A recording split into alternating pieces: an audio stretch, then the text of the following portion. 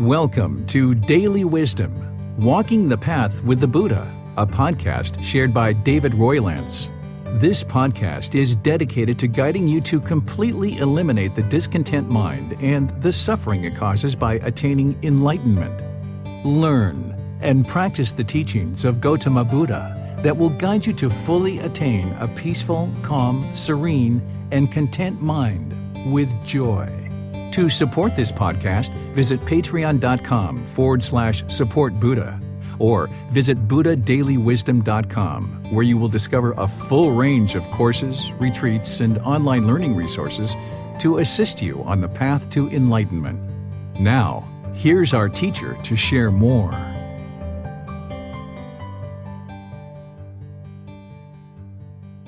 Sawadee Kap. Hello and welcome to Daily Wisdom, Walking the Path with the Buddha. Today is part 3 of our 4-part series to learn loving kindness meditation. This is a very important meditation for your practice. In order to move to the enlightened mental state, where the mind is peaceful, calm, serene, and content with joy, one would need to eliminate from the mind craving, anger, and ignorance. And these are the defilements or part of the pollution of mind, where the mind functions in a way that it has discontentedness. It has anger, sadness, frustration, irritation, annoyance, guilt, shame, fear, boredom, loneliness, shyness, jealousy, resentment, all of these discontent feelings and others, things like anxiety and stress. Well, these feelings are actually caused by the mind itself. There's pollution in the mind that causes these discontent feelings, and it's through training in the Buddhist teachings that we train our own mind. The Buddhist teachings aren't rules, it's not a religion, it's not something to be followed, but instead, as we learn the wisdom of the Buddhist teachings, it antidotes that ignorance or unknowing of true reality. And as we gradually learn, we're able to apply his teachings as part of the Eightfold Path in order to actively train the mind to eliminate this pollution or these defilements.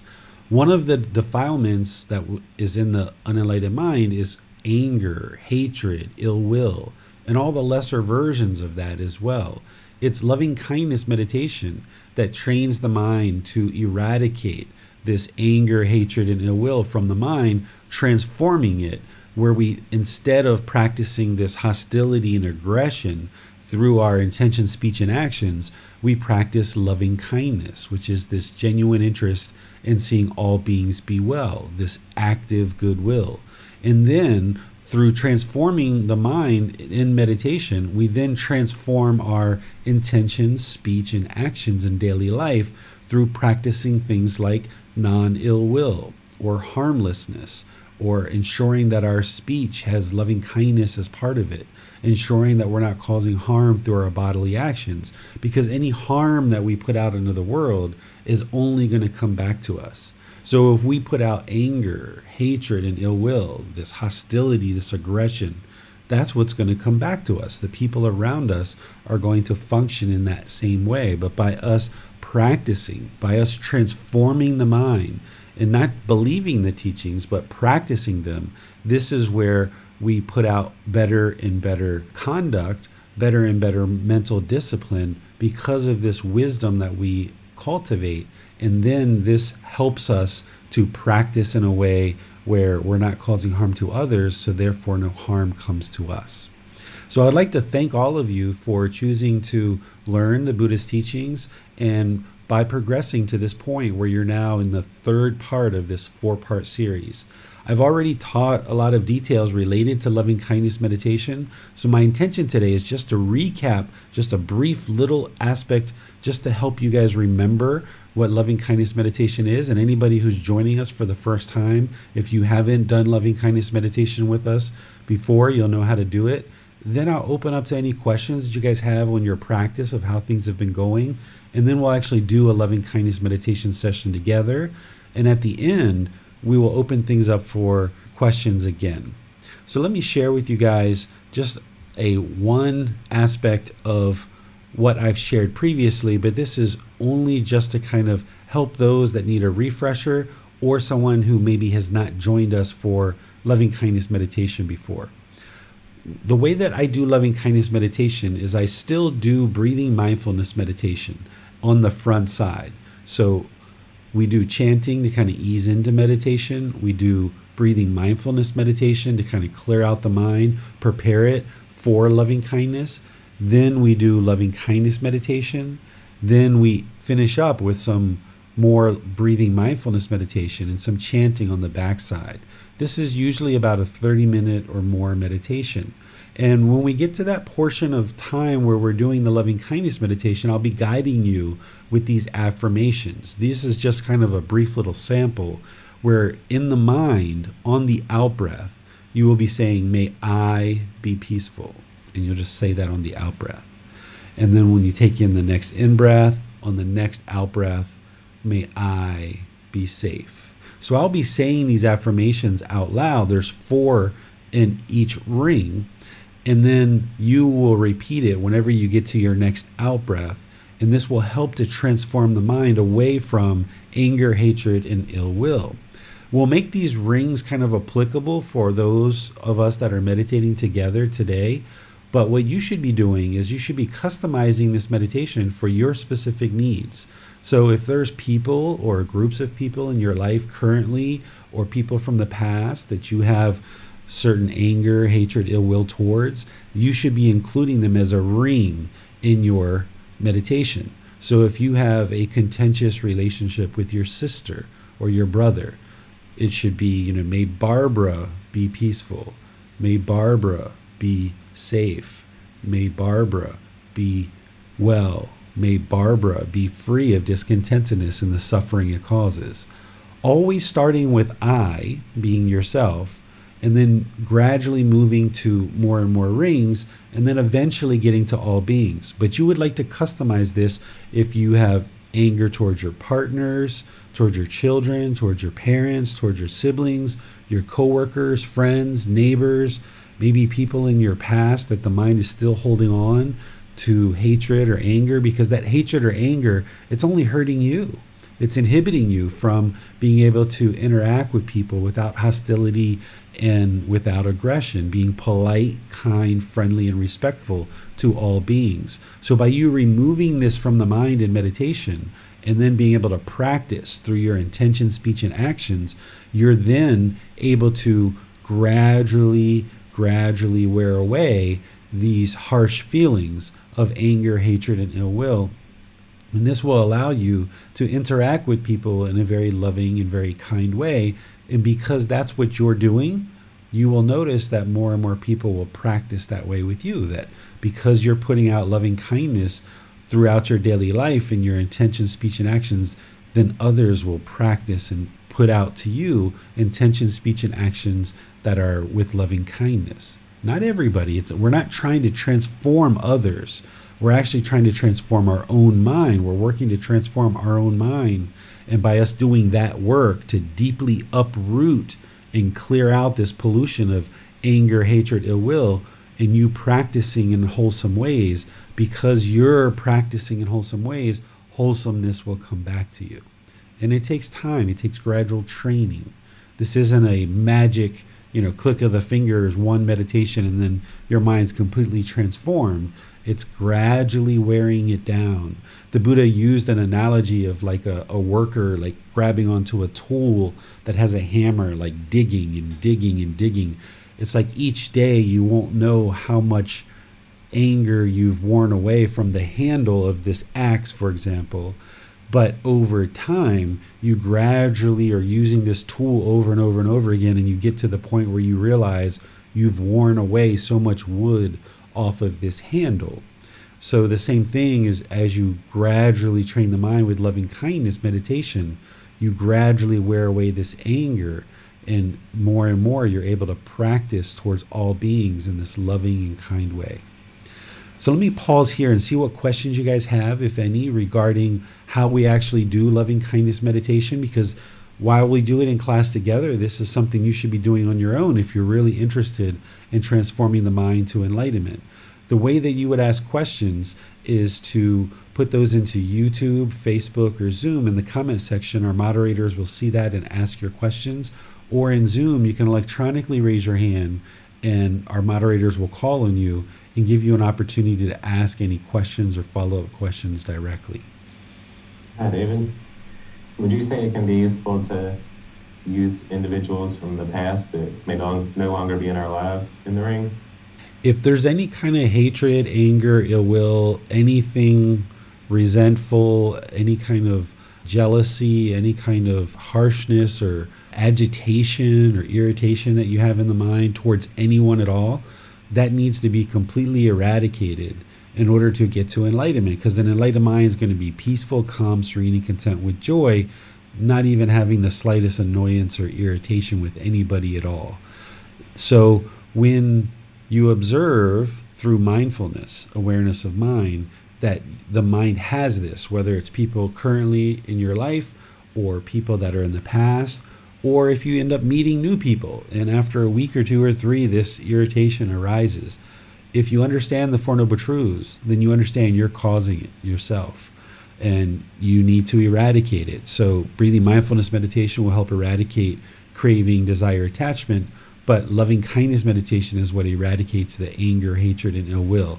So anybody, whether it's your past, currently, or the future, you should customize this meditation so that you ensure that you have those people or those groups of people in your meditation. So if somebody, for example, had not just individuals, but say somebody was racist against a certain ethnicity or a certain group of people, maybe because of sexual orientation or religion or something else, you would be interested to include them in this meditation as a group of people so that you can wear away any kind of racism or sexism or xenophobia or any of these other things that the mind might be holding on to that's causing it discontentedness. Because if there's racism or sexism or discrimination towards people of a certain sexual orientation or a certain ethnicity, this is going to inhibit you from having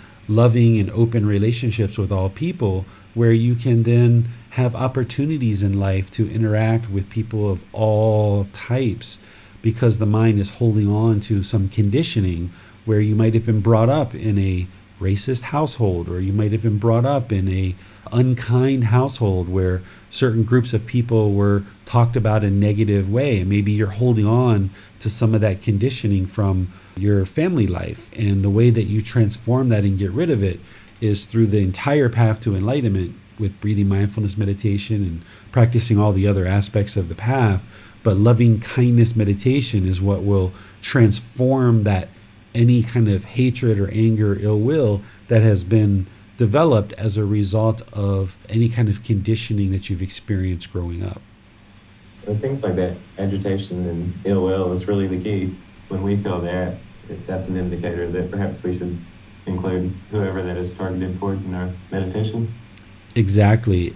Anytime you observe any kind of irritation or annoyance or agitation, even if you've been meditating and doing breathing mindfulness meditation for several weeks and you feel like you haven't really needed loving kindness meditation, but you go out into the world and somebody cuts you off in traffic and you get really angry, have that person show up in your meditation, because you're never going to see them again. But if you hold on to that anger or that hatred or that irritation, that annoyance, it's only going to disrupt your own mind. So it's important that wherever you see any kind of agitation or anger or resentment towards any being, whether it's human, whether it's animal, whether it's a hell being, afflicted spirits, a heavenly being, anyone or any being, you would like to eradicate this from the mind, because it's only going to allow that defilement of anger, hatred, and ill will to continue to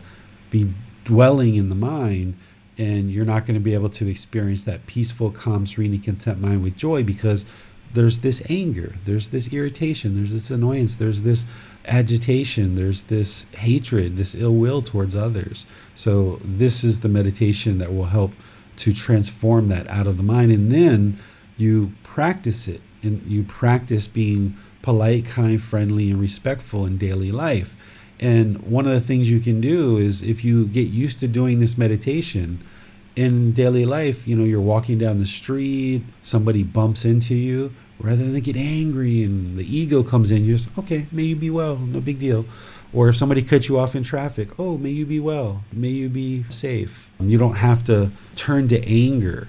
So what you're really doing is you're kind of rewiring the mind, where in the past, maybe when somebody cut you off in traffic, you maybe got angry, you yelled, you cussed at them, maybe you gave them certain gestures with a finger because of the anger that has arisen, where now you can replace those destructive thoughts with somebody cut you off in traffic, may you be well, may you be peaceful, go ahead, enjoy, use the lane, right? So we do this in meditation to transform the mind, but then you can bring it with you in daily life and even use these affirmations. Maybe you're walking down the street and you see a homeless person and you would really prefer to be able to stop and help them, but maybe you're on your way to a business meeting and you can't stop in that particular instance, where maybe in other times you can. And maybe rather than feeling any shame or guilt that you can't help this person, you just think in your mind, okay, may you be well. Like today, Nick and I, when we were at the temples, there was a gentleman who came up to us asking us for money. And, we asked him, we said, are you hungry? Would you like something to eat? And he said, no, I'm fine. I've already eaten, but I'm just trying to get some money to travel to this other city. And in my mind, I knew that I wasn't interested in giving him a donation or giving him money, but I in my mind, thought, may you be well, may you be peaceful. And if he was hungry or thirsty, I was more than willing to have him come eat with us. But he said he had already eaten. He was just looking for money. And I didn't think it was wise to create a habit where people are coming to the temple and asking for money. So I chose not to give him money in that situation. But in the mind, I still thought, may you be well, may you be peaceful. So you can use these affirmations in situations where maybe you're interested to help someone, but you don't. One of the things you can do is just repeat this in your mind and just kind of know that, okay, I'm letting this go, because we can't go around and save every single person. There's a massive amount of famine, there's a massive amount of poverty, there's a massive amount of issues in the world, and we can only help so many people.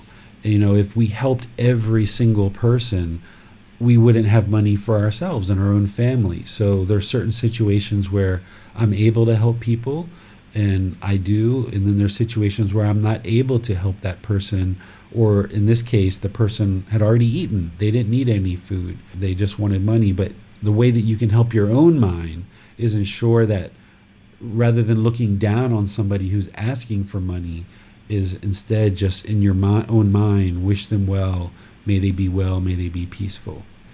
So it's really, what's important is how we approach individuals and situations mentally, and rather than being aversive toward them, we're accepting and open, and that's exactly what loving kindness meditation seems to be teaching us and training our mind toward.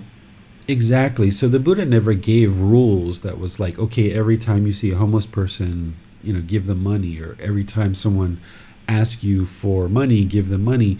The Buddha didn't have any kind of rules like that, because there's nothing that's permanent. You can't really give a set of rules of how to function. It's more about guidance and how you should practice the teaching. So what we do is we develop this wisdom and we practice in a certain way, and we approach this politeness, kindness, friendliness, and respectfulness. But being polite, kind, friendly, and respectful doesn't mean you give everything to everybody. Every time you encounter someone in need, that you automatically give. That's not what the Buddha's teaching. Instead, he's teaching you to practice, where you're cultivating these qualities, and then you understand that you're applying them in real world situations. So using this same type of example, when Nick first came to Chiang Mai about a week and a half ago, we were walking down the street and there were some people who are addicted to drugs and alcohol, and I used to see them quite regularly, and I would give them food and water and things like this. And I hadn't seen them for about 2 years because of COVID. I haven't been going down to that area. And when I was with Nick, we were walking around the city, and they saw me and they came right away. and I haven't seen them for a while, and I know that they're struggling with food because you can tell their ribs are sunken in, their stomach's sunken in, their face is very sunken in. So Nick and I turned and we went and got some food and water, and we brought it to them. And in that situation, I know that, okay, maybe they're addicted to drugs, maybe they're addicted to alcohol, which it seems pretty obvious, but if this food can just help them get one more day in their life, maybe they will get to a point where something will happen and they can let go of these cravings to hold on to the drugs and alcohol. So my goal in that situation was just to help this person sustain their life, where today the gentleman was very clean clothed. He already said that he had had some food and those kind of things. And my way of practice in that situation was to not give him a donation, because I felt like that was the best thing in that situation. It doesn't mean that I wasn't practicing loving kindness. Loving kindness isn't that every time somebody confronts you with need for money that you give to them. That's not what loving kindness is. That's not what being polite, kind, friendly, and respectful is, because you can't permanently give to everybody. You need to use wise decision making about how you choose to practice these teachings. And in this situation, it just made so much more sense to me to offer this gentleman food and water. And then when he said he wasn't hungry, then I knew at that point, like, okay, there's no need to give him any money, because it looked like it was just a craving for him to go to another city and to be in a temple environment where someone's approaching you and asking for money. This isn't the method of receiving help. If you really need help, he would normally go to his family or to his friends, or there's government assistance that he could go and get help and things like this. So it's important to understand that practicing loving kindness and practicing compassion and practicing all these teachings of the Buddha, you have to find that middle way.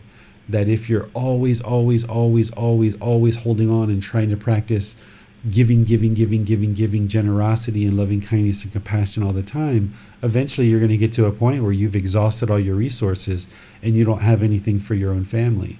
But also over here, if you never shared with people and you never were kind and you never practiced generosity and loving kindness, your mind would be selfish and you wouldn't be able to get to enlightenment there either. So that's why the Buddha always taught the middle way. And when you find that middle way and you're able to practice in that way, then you know that I can't always give, but I can't never give either. I need to find ways of helping people. And it's not just money, it's also with our time, effort, and energy, as well as our resources. So finding that middle way, even with something like loving kindness, if you are having craving, desire, attachment to loving kindness, it will lead to discontentedness, because you're not going to permanently be able to always practice giving something to somebody, because you would eventually end up exhausting your resources and not have food for yourself. So that's why in this meditation, the loving kindness always starts with I. May I be peaceful. May I be safe. May I be well. May I be free of all discontentedness and the suffering it causes. Because if this being that we call David or James or Rick or Nick or Donnie or Mercia or any of us, if we aren't well ourselves, if we're not taking care of ourselves, how could we ever take care of anyone else and practice loving kindness? So that's why, in order to practice loving kindness for others, you have to first have loving kindness for this being that we call David or James or Manal or any of, whoever this being is, this person that we call Manal, this person we call James. You have to have loving kindness for that being as well. And if we don't, then we're going to find ourselves very empty and depleted while we're trying to meet the needs of everyone else around us. We haven't taken care of our own needs. And that's part of that loving kindness towards ourselves, is coming to these classes and reading the books and doing your meditations and going for walks in the park. And if you need a massage, go get a massage if that's something you enjoy, or go on a holiday, take time off work. Don't feel guilty that you're away from your family and you're charging your own batteries. Because if you learn how to find this middle way, your batteries will never be depleted. Your batteries are always charged. This is why an enlightened being is able to practice the enlightenment factor of energy, where their mind is always motivated, always enthused. They can go out for a whole day of events and still have energy to do something else. The mind isn't fatigued. It's just always practicing a willingness to do something in motivation. Whereas if we allow our batteries to get depleted and then we're exhausted and then we're grumpy and we're irritable and we're hungry and we haven't slept well, now it's going to be hard to practice right intention, right speech, and right action. Whereas if we maintain that middle way, your batteries will never deplete and you're able to always be practicing because you're in the groove, you're in the middle, and you will always be able to practice right intention, right speech, and right action because you don't allow the batteries to be depleted. You always maintain your practice at all times. Well, thank you, David. Let's go to Bassam now for our Zoom questions. Thanks, James. We have a question from Rick. He says, what happens if I have a particularly hard time extending loving kindness to someone who has caused me a lot of harm? I know people who often feel overwhelmed when trying to do this. They actually report that they feel worse than they did before, attempting to offer goodwill to this person because of the level of harm they did to the person who attempted this meditation. Yeah, so transforming the mind from the unenlightened mind to the enlightened mind, it's not easy, but it's not difficult either, right? There's challenges, there's struggles along the way. And the Buddha even teaches, don't shrink back from the struggle, right? Because one of the aspects of this anger, hatred, ill will is that the mind wants to create this wall between you and other people. And it can feel like a real struggle to break down this wall through something like loving kindness meditation and practicing loving kindness. But what you've got to see is that there's no benefit in maintaining this wall. There's no benefit in maintaining this anger and this resentment towards this person. It's only hurting you. If somebody's truly been abusive and truly harmed you, and when I say abusive or harm, I'm thinking like physical abuse, sexual abuse, verbal abuse. If you've gotten angry because somebody looked at you the wrong way, this is the mind causing itself anger. Or if somebody didn't do something you wanted them to do, this is the mind causing itself anger. When I think about harm, I think about physical, mental, verbal, sexual abuse. Those can be some of the most challenging experiences to develop loving kindness for these people. So there can be a huge wall and a huge amount of anger, a huge amount of resentment towards individuals that have done those kind of harms. And while it's a real struggle to break through that wall, it's also a real struggle to hold on to all that resentment and all that anger. You'll feel much better getting rid of it. So you almost have to walk through the fire in order to appreciate being on the other side of that. So continuing to sweep the anger and resentment under the carpet and letting it keep stacking up and stacking up and stacking up is only going to cause you harm. Whereas if you can pull the carpet back and clear out all this dust, you might have to walk through the fire and you might feel a lot of struggle and difficulties as you're building up your loving kindness. But when you get to the other side of that fire, that's when you've released all the anger, all the resentment, and that's where the mind is then liberated and completely free. So it can be a real struggle going through that, but once you do, that's where the mind actually gets liberated. It doesn't help an individual to hold on to any hostility. Then, as you're working on this, keep in mind that you're not trying to convince that person to be more loving and kind. You're trying to free your own mind of this anger, hatred, ill will, this resentment that is harbored there. And keep in mind that it's really challenging to do that, in that you don't necessarily have to go backwards. Like if there's this harm that happened 5, 10, 15 years ago that was physical, verbal, mental, or sexual in nature, cultivating this loving kindness for that individual and releasing the anger, hatred, ill will, and resentment that's in your mind, that's what you're doing in order to free yourself of that defilement and that pollution of mind. But that doesn't mean you have to go backwards now that you haven't seen that person for 5 years or 10 years, and now all of a sudden be like friends with them or associate with them, because they haven't necessarily changed. And it doesn't make sense for you to go back to somebody that has been abusive to you in the past. But the real problem that the unenlightened mind is experiencing is because of this abuse 20 years ago, or because of this abuse 10 years ago, then the mind is holding on to this anger, hatred, and ill will from the past, and it's not helping you. So by clearing it out of your mind through loving kindness meditation and releasing it from your mind, now your mind can be free of holding on to the past. But don't feel like you have to go back and confront that person or interact with that person.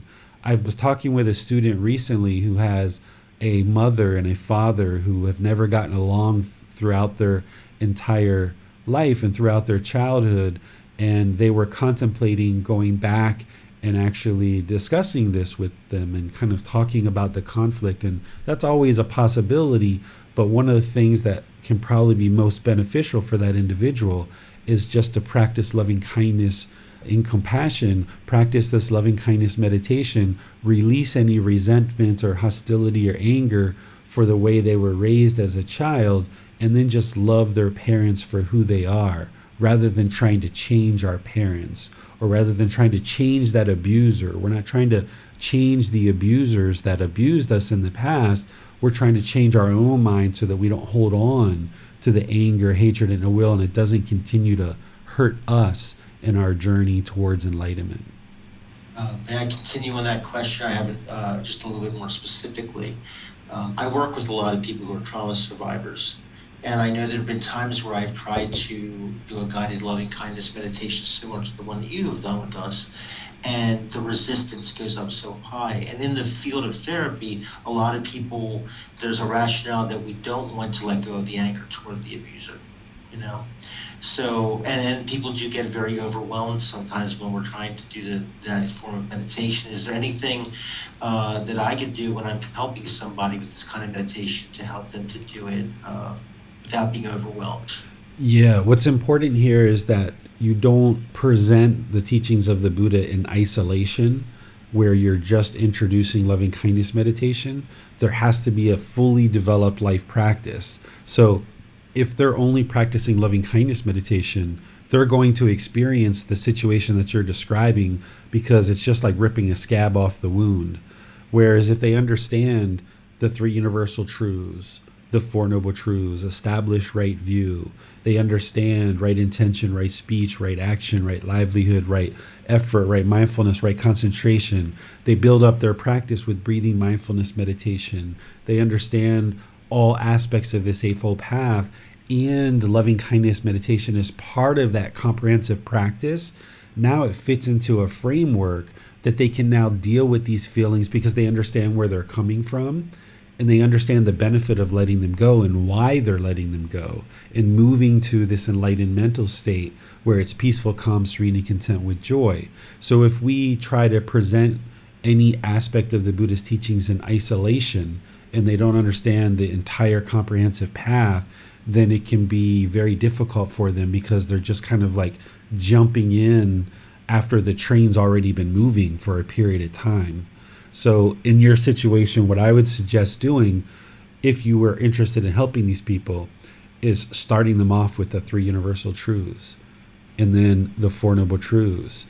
Help them establish right view, help them establish breathing mindfulness meditation, help them understand how breathing mindfulness meditation is knocking down craving, desire, attachment, and how that's the real cause of their discontentedness. And then help them understand what anger is, which you haven't learned from me yet, Rick, but you'll learn in chapter 8 about, that unwholesome root of anger, and help them understand this ignorance, this unknowing of true reality. And then more and more, they put this together in a comprehensive practice, and they're not just practicing something like this in isolation, where they're just ripping the scab off, or they're just ripping the carpet back and all the dust is flying around, and now they don't understand what to do with the dust. Whereas if you laid down a lot of good foundational teachings along the Holy Pole path, when they gradually pull back the carpet and the dust starts flying around, they understand how to deal with this. But without those other tools, they wouldn't know how to deal with the feelings that are arising as a result of practicing loving kindness meditation in isolation. We have a couple questions that have come in from Facebook. From Bruce. Here in the United States, there have been ongoing issues with members of law enforcement inflicting violence and in some cases murder on people who are not Caucasian. I have not been able to open my heart and show loving kindness toward members of law enforcement, specifically because of this, after seeing news reports after news report showing such things. Can you please give me guidance on how I cannot be so closed off and have ill will towards them, and instead succeed in showing loving kindness towards them? It's going to be a gradual progress, Bruce. This is really wonderful that you're bringing this up, because that's a perfect example when I talked about creating customized rings for individuals or groups of individuals. That's a perfect example. And there's a lot of people in America that are struggling with that exact same thing.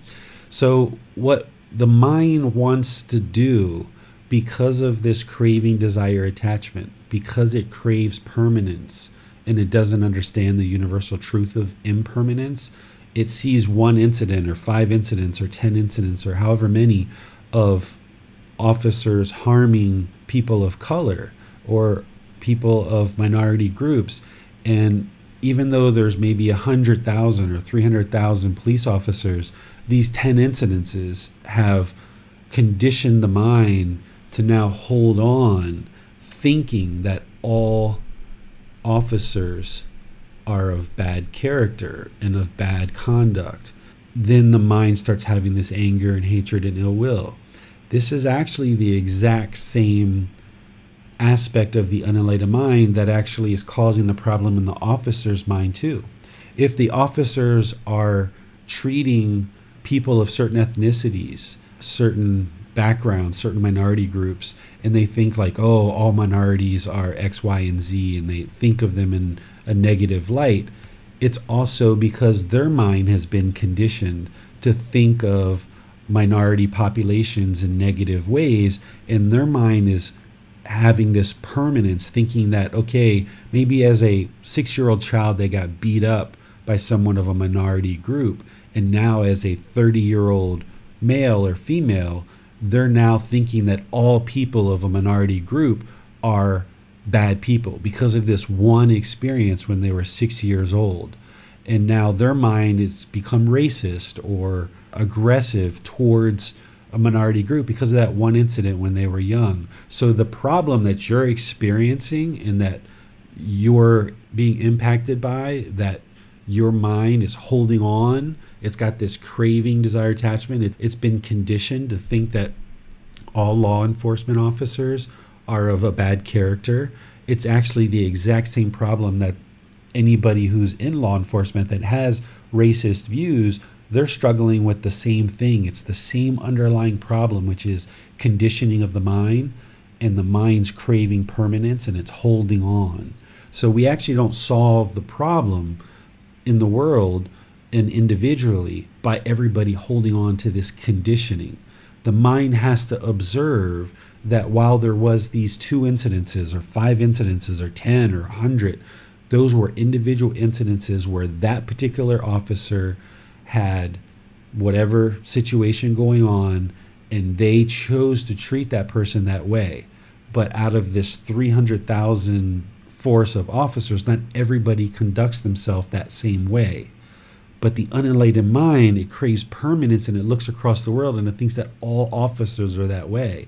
It wants to judge each individual officer because the mind has been conditioned to think that all officers are bad. So if you understand the universal truth of impermanence, that everybody's a unique individual, everybody's making individual decisions, and just because there's however many incidences that are happening in the news, you shouldn't hold on thinking that all officers are of bad character because of a few situations, or even 100 or even 200 situations that have happened. I mean, over the course of many decades, there's been thousands of these incidences that have happened. So you've got to look at each person as an individual. That's really important, and realize that the real problem is that your mind is holding on, and it's got this permanence. It wants this permanence. And you've got to realize that anybody who's doing anything harmful in the world, they're going to face the consequences of that. So while there may be officers, and a certain handful of them, who are treating people in unkind ways and disrespectful ways, and even murdering and harming people in significant ways, those people are going to face the consequences of their actions. And if we hold on to the world wanting things to be a certain way and craving for all police officers to be polite, kind, friendly, and respectful, then the mind is holding on. It's wanting things to be a certain way in the world, and it's got this craving, desire, attachment. It's got this mental longing and a strong eagerness for permanence, for all police officers to be a certain way. And it's important that you understand that the Buddhist teachings aren't necessarily teaching what's right and wrong, because it would be wonderful to have an entire humanity where everyone is enlightened. Everyone in the world's polite, kind, friendly, respectful. Everyone in the world has loving kindness, compassion, and all these other good, wholesome qualities. That would be wonderful to have in the world, and that's what we're working towards as a humanity. But because of the universal truth of impermanence, that's not where we are.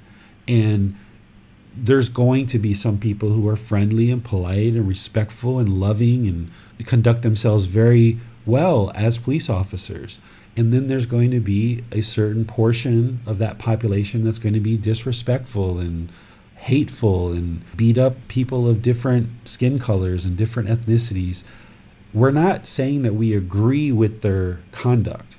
We're not saying that. But what you're doing is, with the Buddhist teachings, is he's teaching you why your mind is discontent. That your mind is discontent because the mind's craving for all police officers to be kind, or all police officers to be respectful. And the mind isn't understanding the universal truth of impermanence, that it isn't possible because of the universal truth of impermanence. It's not possible for all police officers to be kind. That would be opposite of the universal truth of impermanence. But because the mind is craving permanence and wanting everybody, it's wanting, it's expecting, it's holding on, it's craving, it's clinging everybody to be a certain way, you're causing your own discontentedness. So when you see that the mind is having this craving, desire, attachment, craving permanence and wanting things to be a certain way, you can train the mind to let go of the world and realize that there's never going to be a time in this lifetime where every single police officer is going to function with loving kindness or compassion or being polite, kind, friendly, respectful. So realizing that you're causing your own discontentedness, you're causing your own suffering. And the more that you train the mind to let go and recognize this impermanence, then you can get to a place where you see this certain incident and you know that you don't agree with what the officer has done, but your mind also isn't craving for them to do it your way. This is where you've got to let go, and you got to realize that the world is not going to function the way you want it to function. The world functions through these natural laws of existence, but the unenlightened mind wants the world to function the way you want it to function. You have a certain mentality, and each individual that's unenlightened has a certain mentality of how the world should function.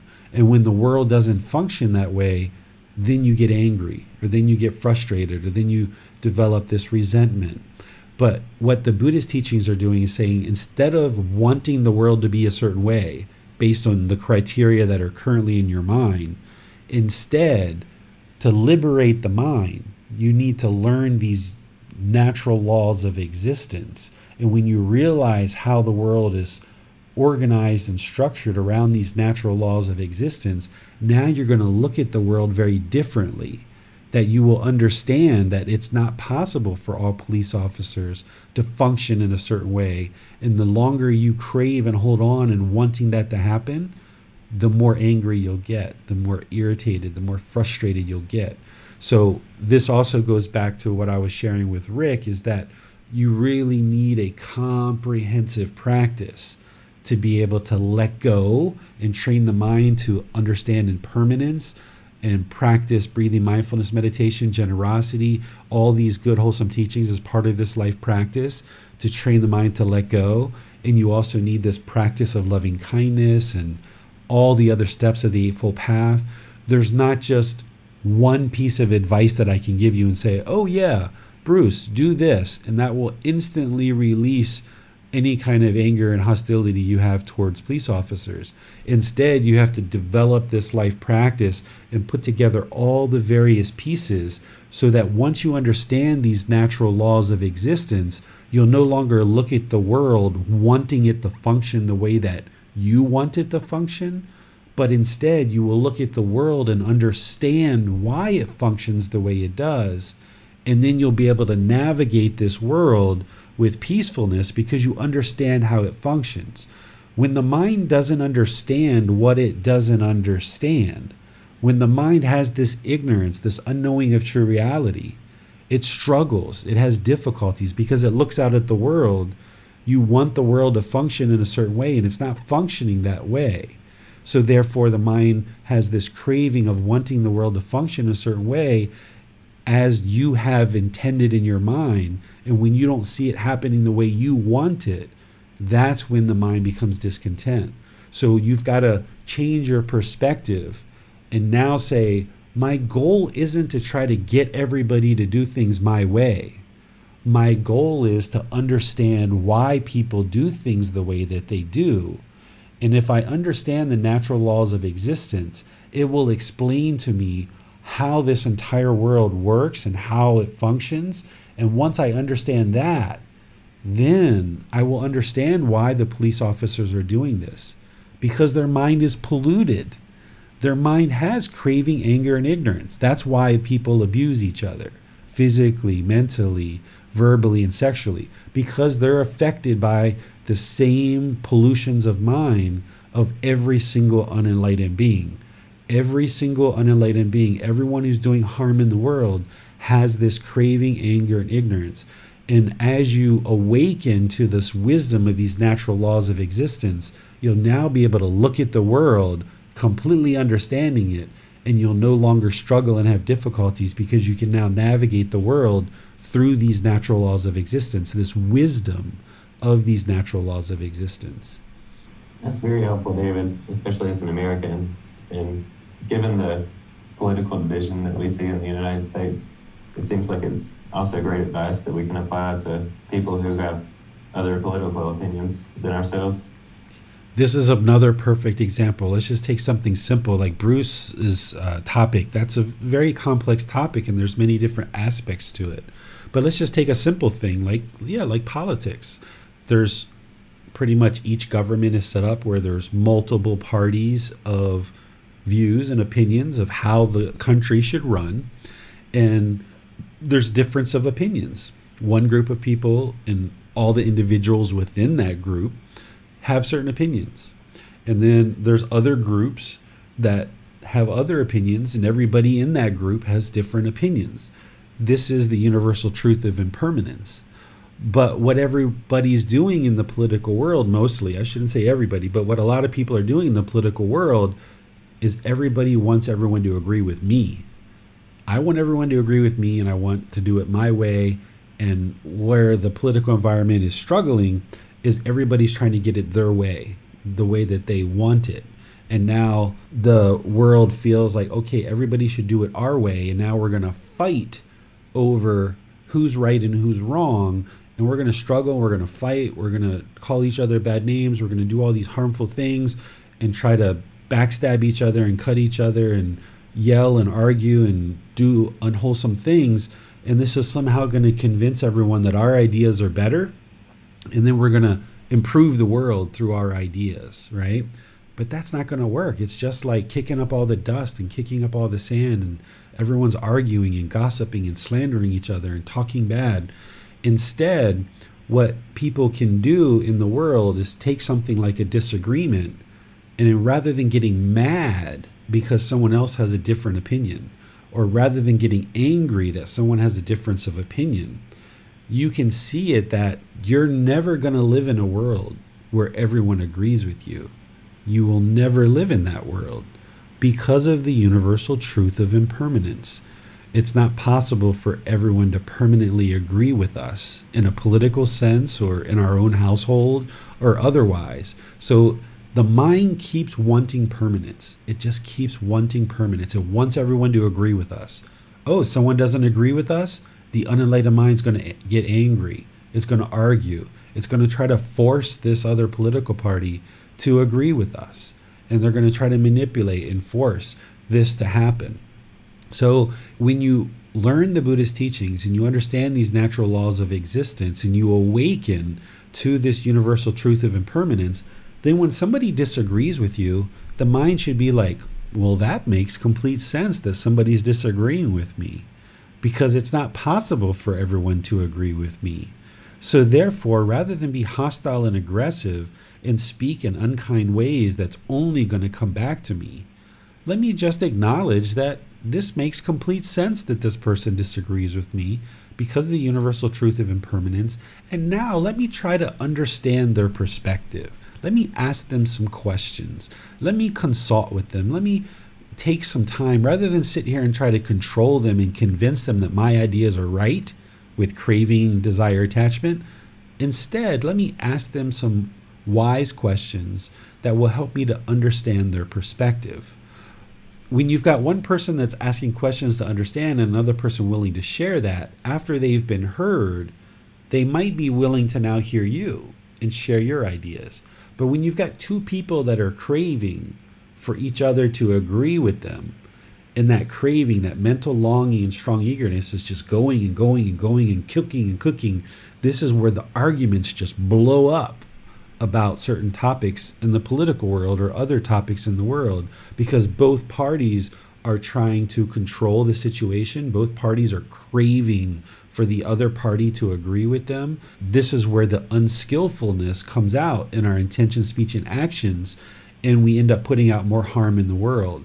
Whereas if more people just understood impermanence and that disagreement is going to happen, then we can start listening to each other. We can start asking questions, and we can start understanding another person's perspective.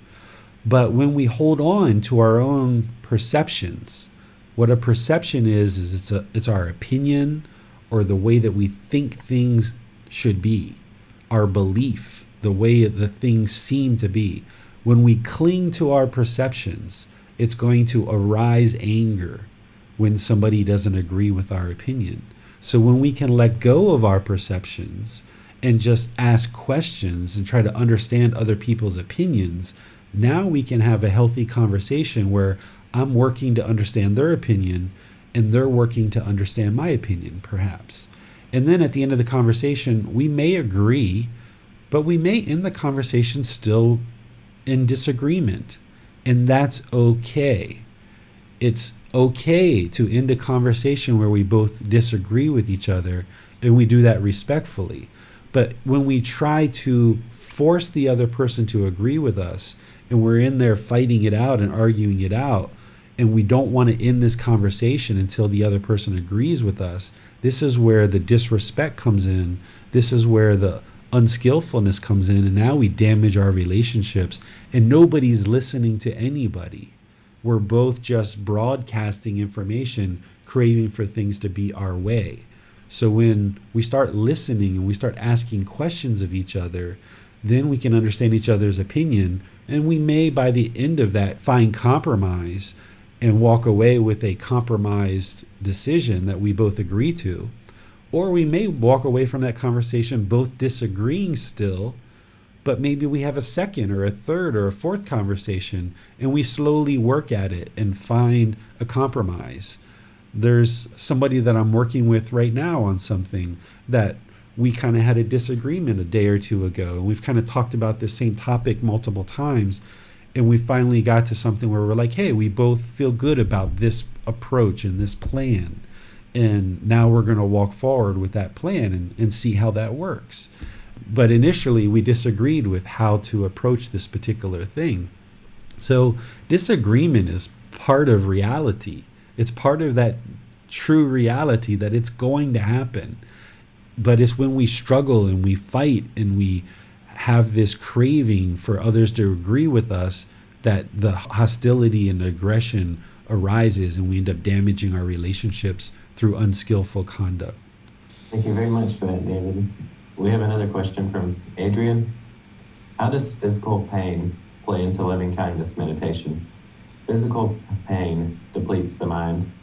Yeah, so physical pain is part of living in the human condition. As long as we're human, we're going to experience physical pain. As the mind becomes more and more enlightened, you don't react or have the same relationship with physical pain that you do when you're unenlightened and the mind is more defiled.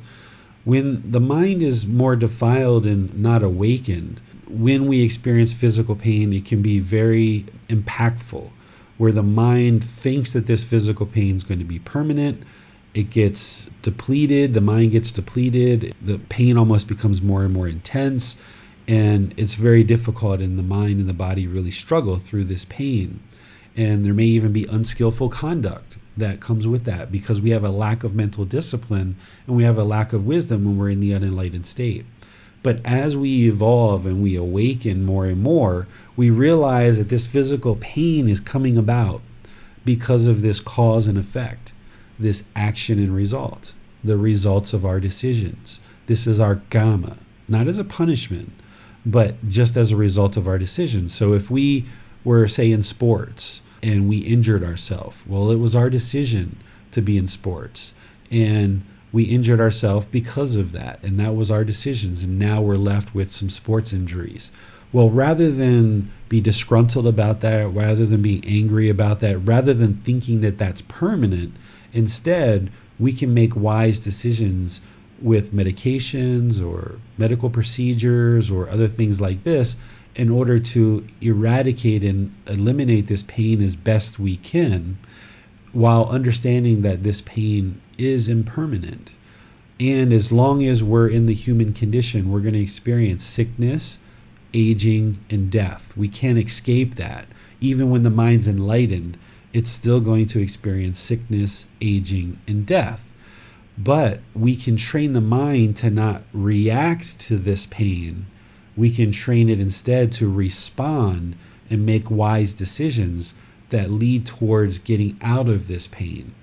And that's the cause and effect, or the action and result, the results of our decisions, the natural law of karma.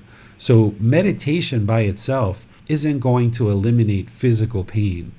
Even when someone's enlightened, they're still going to experience physical pain. That pain is there for a reason, telling us that something's wrong with the physical body. It's telling the mind, hey, something's wrong.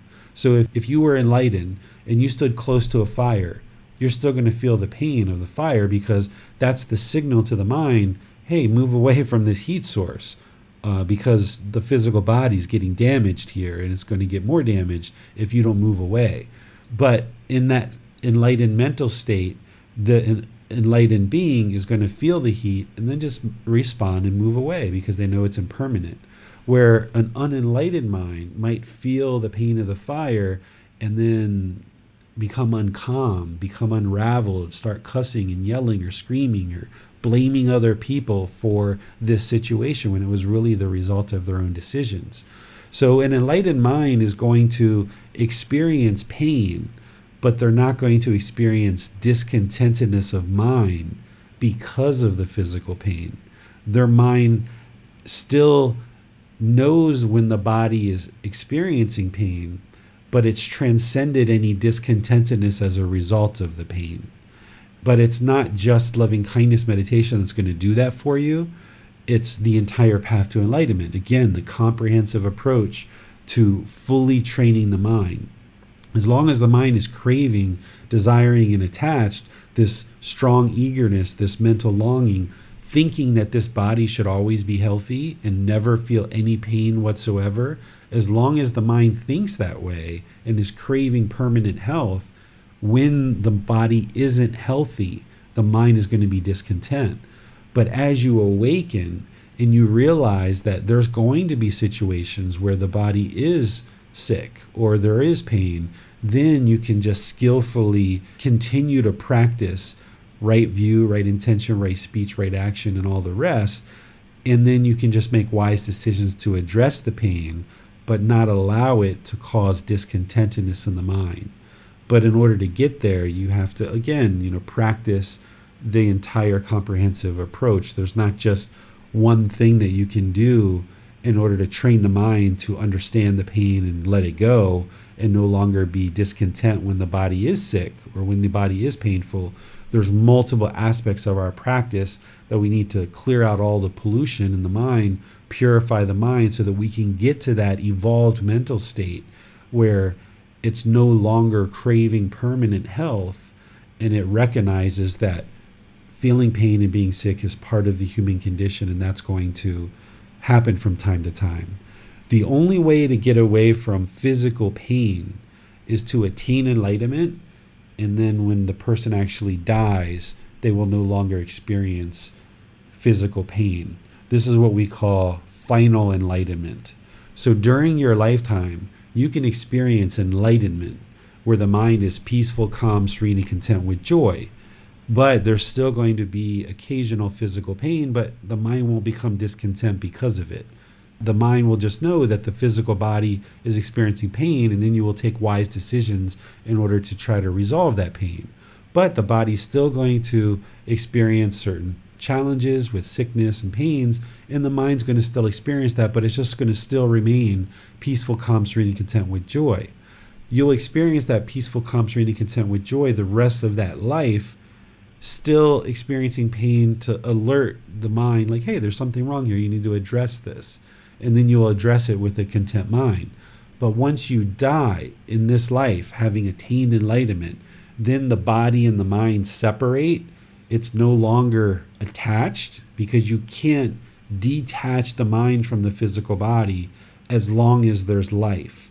But once you attain enlightenment and there's death, the physical body dies, it breaks up, the mind separates, and now we call it final enlightenment or final nibbana, because the mind is now completely free and it doesn't even experience any physical pain any longer whatsoever. So that's the only way to eliminate physical pain. As long as you're in this life, you'll experience physical pain, but you can train the mind to respond to it rather than react to it. Thank you, David. Those are all the questions we have for now. Okay, so let's go ahead and do loving kindness meditation session. As you might remember or recall, or if this is your first time joining us, the way that I do this is help you get into meditation position, do chanting together. If you know these chants, you can chant. If not, I'm going to be sharing these with you in a future class. Then I'll do breathing mindfulness meditation to kind of ease you into that, leave you on your own for a bit to do that work. Then I'll guide you in loving kindness meditation, then back to breathing mindfulness for a little bit, and then chanting to come out of that. And then whatever time we have remaining, I will open up for any questions that you guys have about anything that you guys would like to discuss. So go ahead and get yourself comfortable. Find a meditation position, either on the floor or in a chair. Maybe you would be seated or lying or standing. If you're on the floor, put some cushions under your rear, get that up in the air, lessen the angle at your hip, your knees, and your ankles. If you're in a chair, you're just going to sit stable with your lower body stable. Maybe you'll have your feet flat on the floor or cross at the ankles. Remember, this isn't about everyone doing it exactly the same way, because that's impossible, because of the universal truth of impermanence. Instead, it's about finding what's comfortable for you. You're not interested in the body being luxurious, but you're also not interested in it being painful during meditation. So find that comfortable position. That's where you would like to be, where the lower body is just comfortable.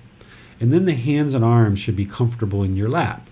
The Buddha placed his right hand over his left with his thumbs together, and if that's comfortable for you, placing that in your lap, go ahead. But if not, the goal isn't for you to have your body positioning exactly the way as the Buddha. You might have your palms on your thighs, your palms on your knees, or the arms on the armrest. It's what's comfortable for you. And because of this universal truth of impermanence, what was comfortable for the Buddha is going to be different for others. It may be comfortable for some people to do it that way, and it may not. So you find what's comfortable for you. For me, I do put right hand over left with thumbs together because it's comfortable. If it wasn't comfortable, I wouldn't do it that way. I would find a different way. So once your lower body and your hands and arms are just completely relaxed, no muscles engaged whatsoever, then you would like your spine to be nice and erect. And this keeps the upper body erect, the muscles engaged, and that's important in order to keep the mind attentive and alert during meditation. We're doing active work in the mind, and in order to actively train the mind and do this work, we need to keep the mind active and attentive, and the way to do that is keep the spine erect. Whereas if you were slouched and lackadaisical, the mind's going to have a tendency to turn off. Or if you were real rigid and upright, the mind's going to be too pressured and too stressed. So you'd like to find that middle way, even with the upper body, is that it's engaged and you've got your spine erect, but it's in the middle. It's not lackadaisical, but it's not uptight and tense either. Once the body's in position, you just close the eyes and start breathing in through the nose and out through the nose. You'd like to take some nice natural breaths. Breathing in through the nose and out through the nose.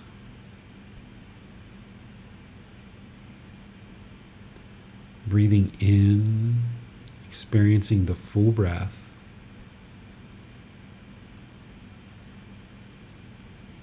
And out.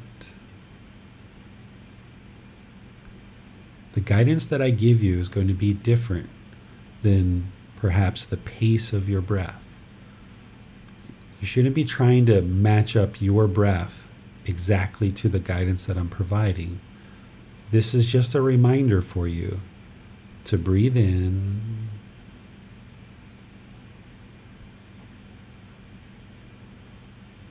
and out.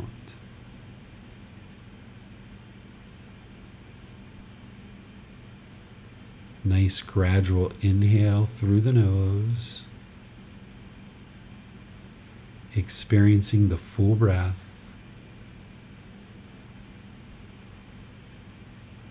And an exhale through the nose, experiencing the full exhale.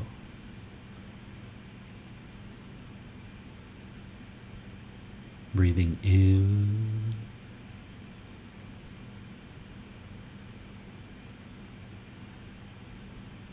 and out.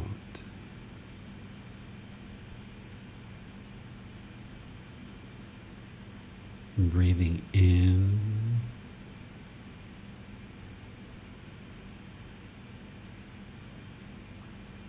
and out.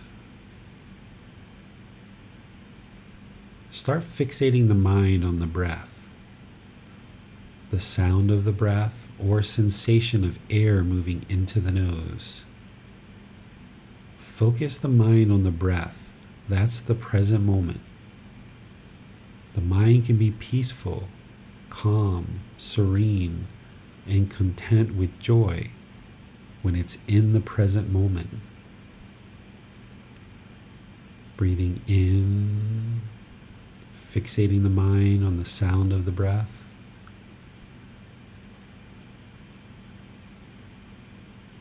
And out.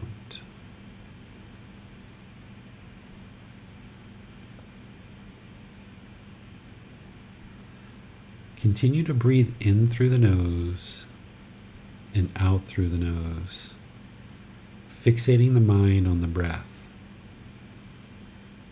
I'm going to do some chanting and then come back with some more guidance afterwards. If you've studied these with me before or with someone else, you're welcome to chant along. Then we'll be back with some more guidance.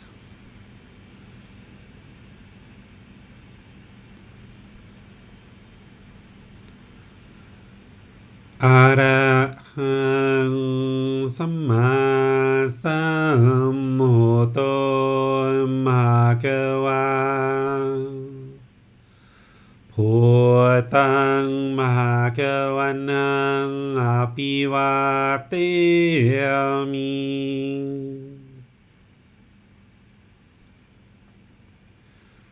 สวากขาโตภะคะวะตาธัมโม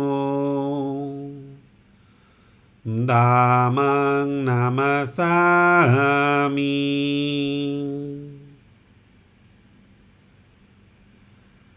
สุปฏิปันโนภะคะวะโตสาวกสังโฆ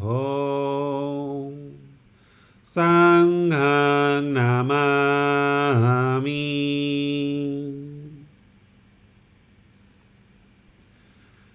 นะโมตัสสะภะคะวะโตอะระหะโตสัมมาสัมพุทธัสสะ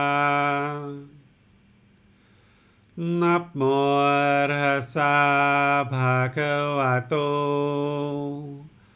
อะระหะโตสัมมาสัมพุทธัสสะนะโมตัสสะภะคะวะโต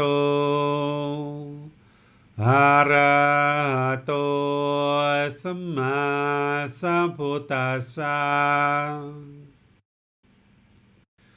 อิติปิโสภะคะวะอะระหังสัมมาสัมพุทโธวิชาจารณังสัมมุโนสกขาโตโรกาวิตุอนุเตโรปุริสานามาสติสัตตาตาวามนุสนังพุทโธภควาติ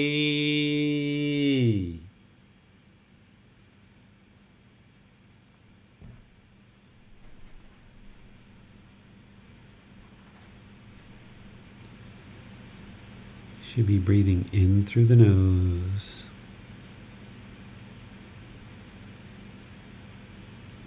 and out through the nose. Fixate the mind on the breath, the sound of the breath, the sensation moving into the nose. This is the present moment.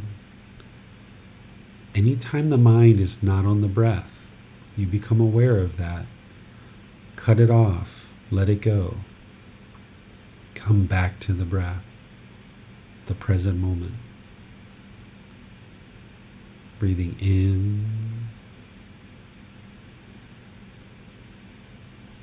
and out. As the mind wanders, you haven't done anything wrong. This is what the mind does. It's not interested in staying in the present moment. So wherever you notice that, you cut it off, let it go, and come back to the present moment, the breath. Breathing in and out. You're not judging the thoughts. You're not labeling them. You're not trying to figure out where they're coming from. Just wherever you notice that the mind is not on the breath, cut it off, let it go, and come back to the breath, the present moment. Breathing in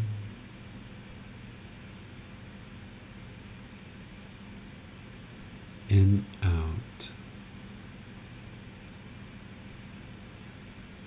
I'm going to let you do this work now in breathing mindfulness meditation. cultivating mindfulness, eliminating craving, desire, attachment, and thus arising concentration, singleness of mind.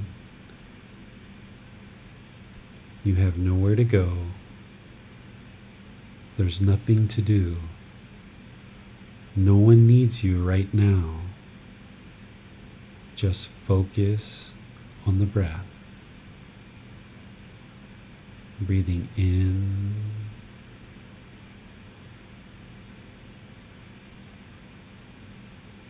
and out.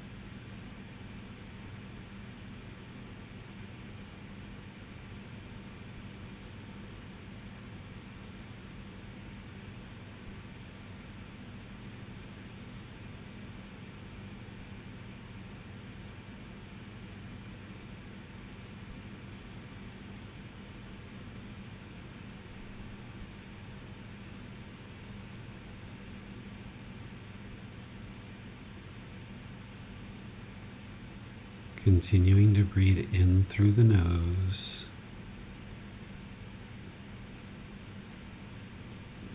and out through the nose. When you get to your next out breath, repeat these affirmations in the mind. May I be peaceful.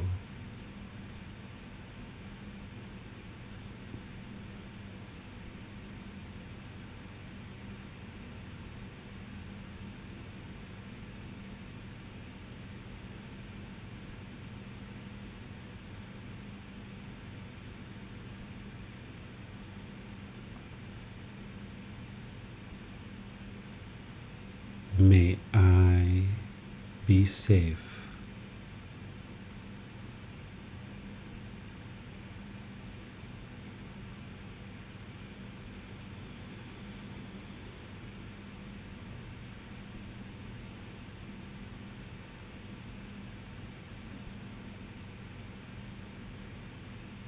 May I be peaceful.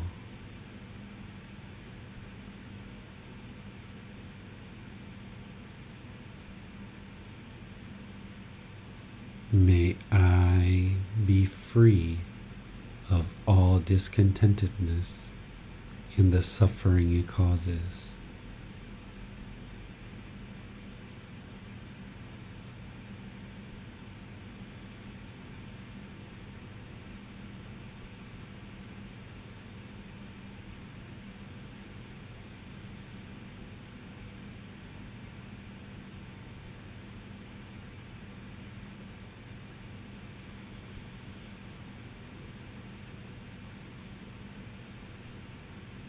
May we be peaceful.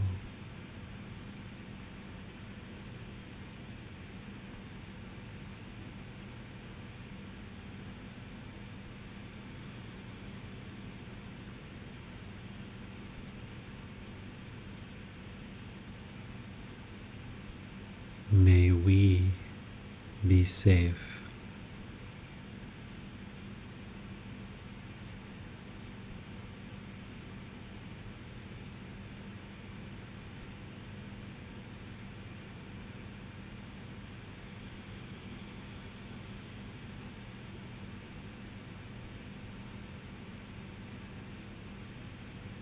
May we be well.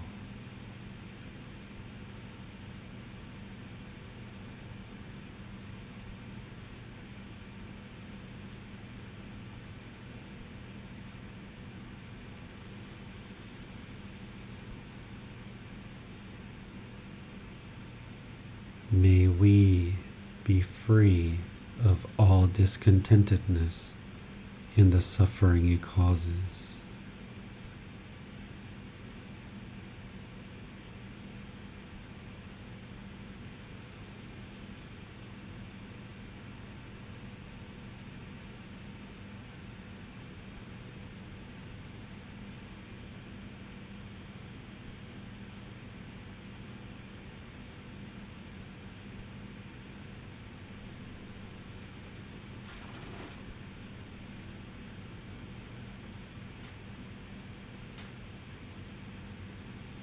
May all those who were practitioners of the Buddha's teachings be peaceful.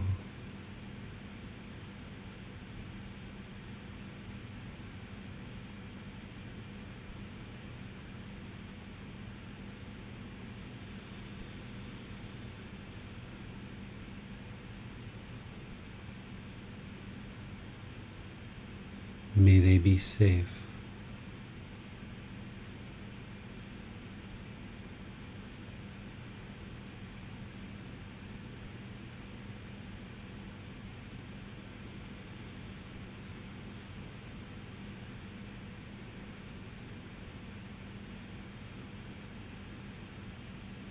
May they be well.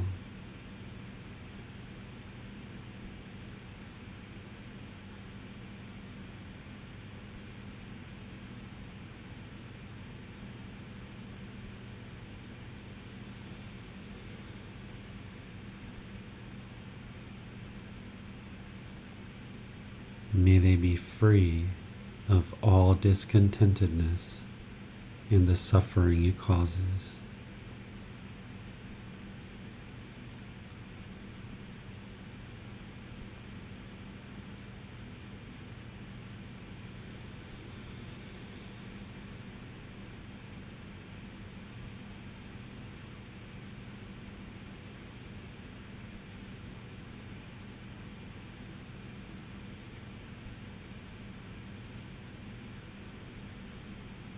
May all those who are practitioners of Christian teachings be peaceful.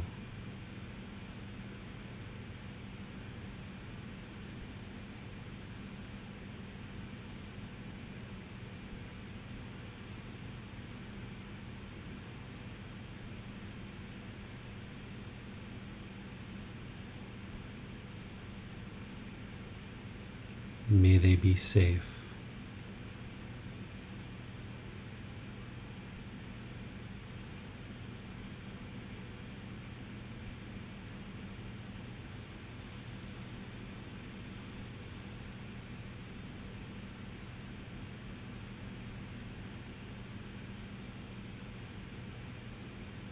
May they be well.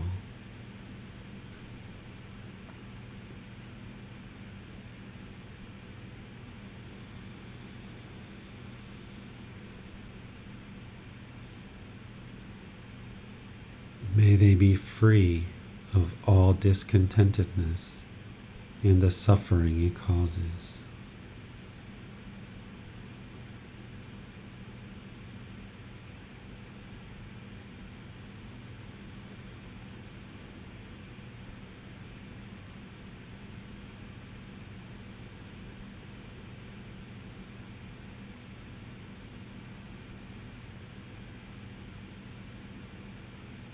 May all those who are practitioners of Muslim teachings be peaceful.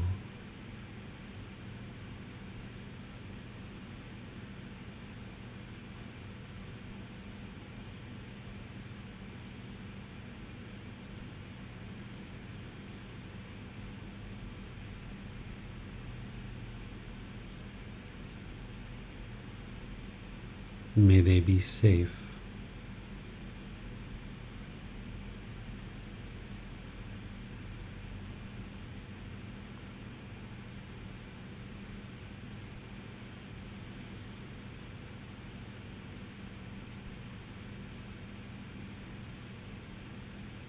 May they be well.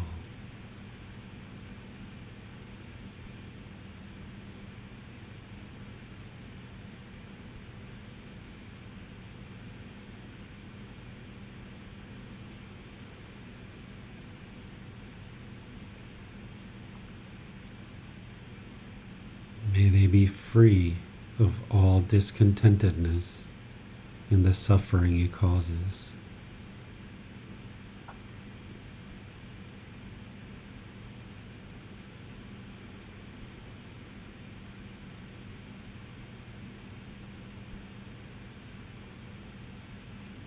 May all those who are practitioners of Hindu teachings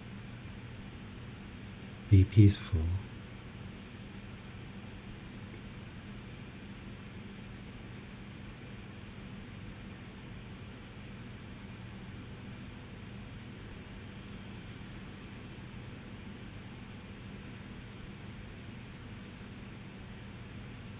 May they be safe.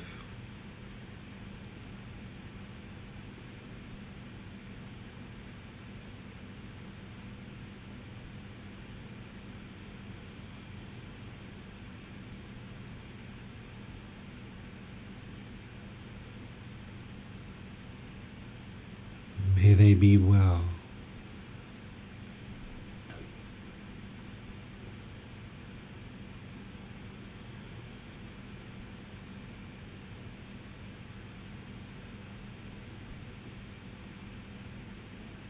May they be free of all discontentedness and the suffering it causes.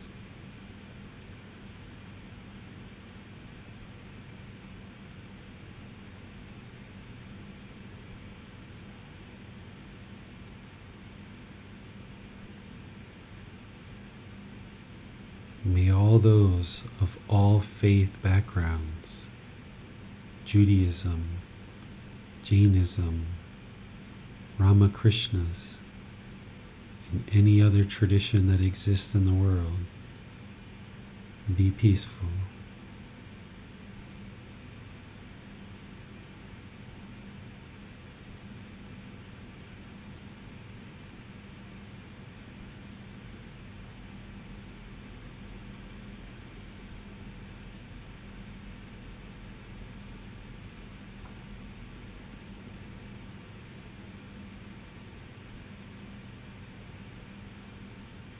May they be safe.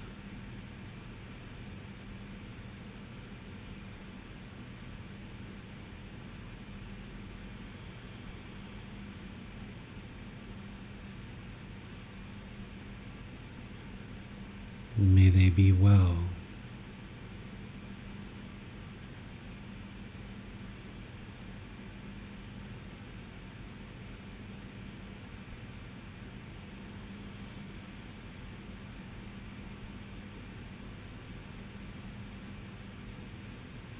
May they be free of all discontentedness and the suffering it causes.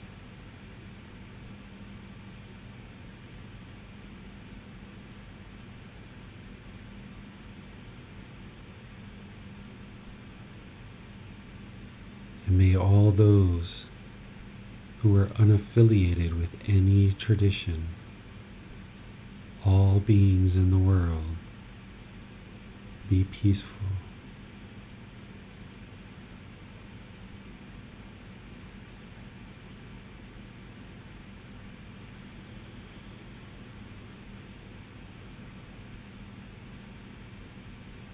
May all beings be safe.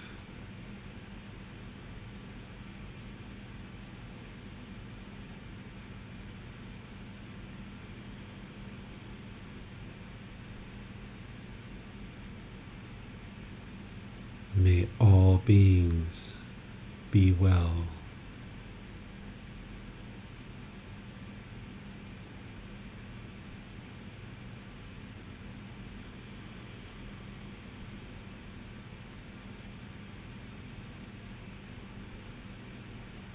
May all beings be free of discontentedness and the suffering it causes.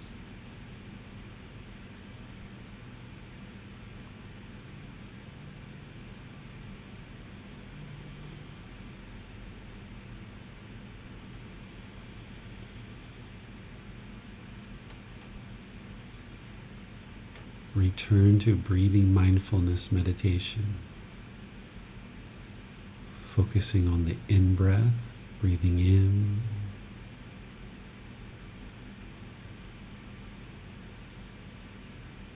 and the out-breath, breathing out.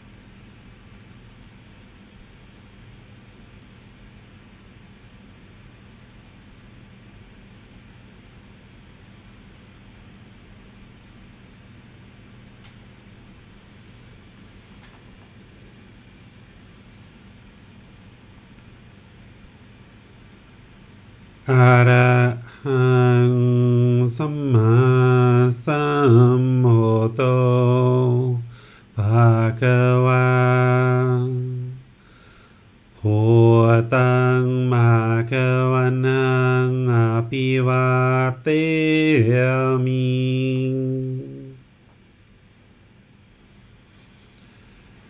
สวากขาโตมหะคะวะตาธัมโมธัมมังนามัสสามิ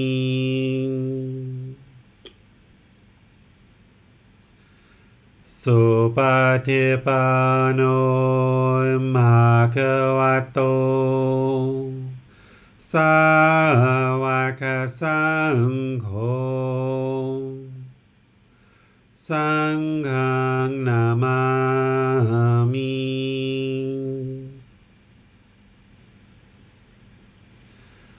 นับโมตัสสะภะคะวะโต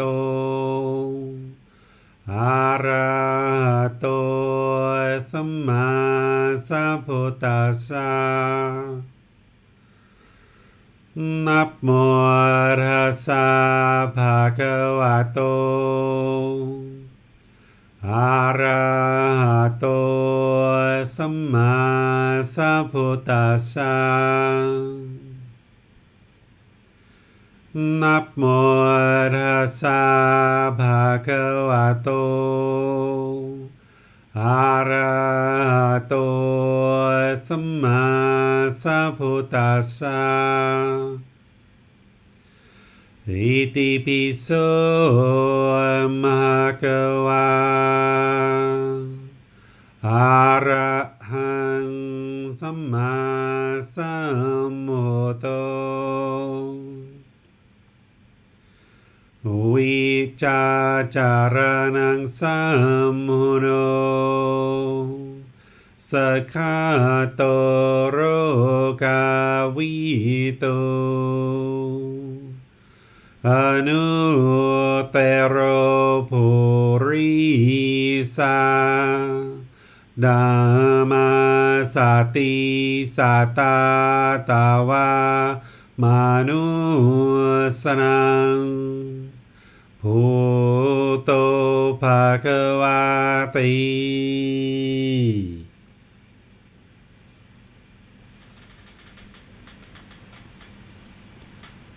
If you guys would like to slowly start making your way out of meditation,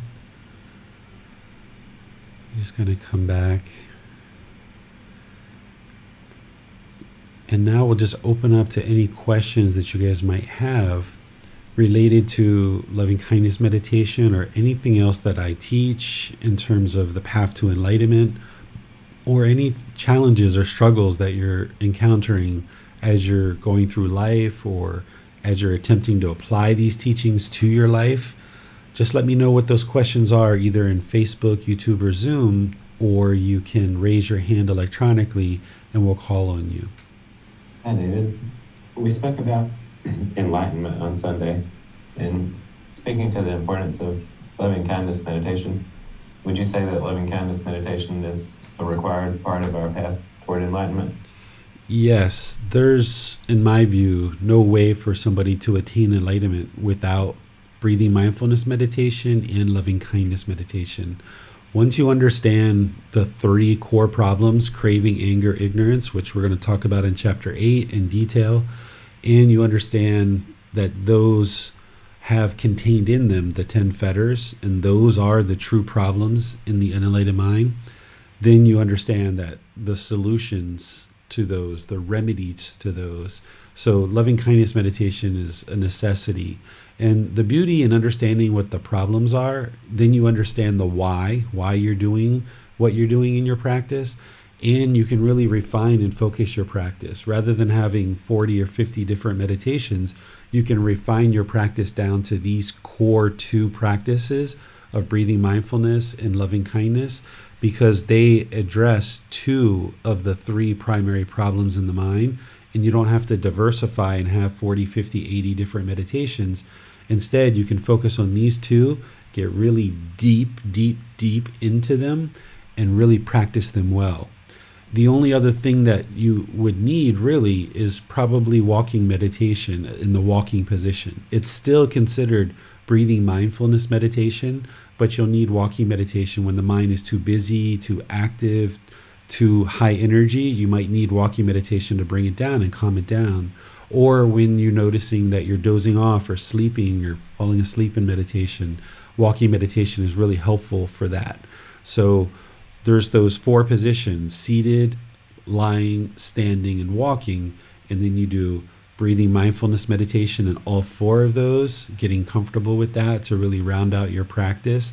And then loving kindness meditation is usually done seated, lying, and standing. We don't do that when walking. But those two right there, by refining it down and knowing that those are the core problems, understanding those problems in depth, then you understand why and how to meditate. You can really focus like a laser light on what the real problems are and the antidotes or remedies to those problems. I also had a question about a line from the previous chapter. You mentioned that a Buddha would likely put more effort and thought into convincing people there's a problem rather than the actual sharing of the teachings. And I just wanted to ask you, what do you think it is about the unenlightened mind that finds it so difficult to see these clear truths? I think that as unenlightened humans who either never heard of the Buddhist teachings or never heard about the path to enlightenment, we just start to kind of accept that sadness is part of the human condition, or that anger or frustration, irritation, annoyance, guilt, shame, fear, boredom, loneliness, shyness, resentment, jealousy, all of these discontent feelings, stress, anxiety, we just grow up with living with them and experiencing them. We don't have the answers for what they are, and we just end up blaming other people, and we just kind of associate that this is just the way life is, that we're just always going to live with this. We don't realize that it's optional, that we're actually can choose to no longer experience these feelings by choosing to train the mind.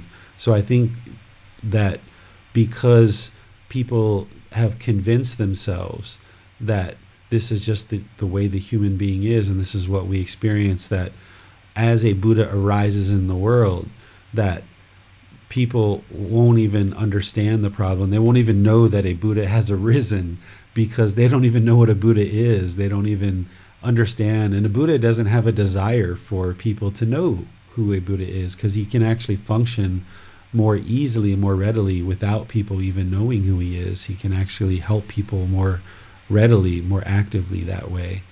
If everybody knew a person was a Buddha, like let's just say, that there was some configuration of dots on a Buddha's forehead, and whenever you saw this, everyone knew that person was a Buddha.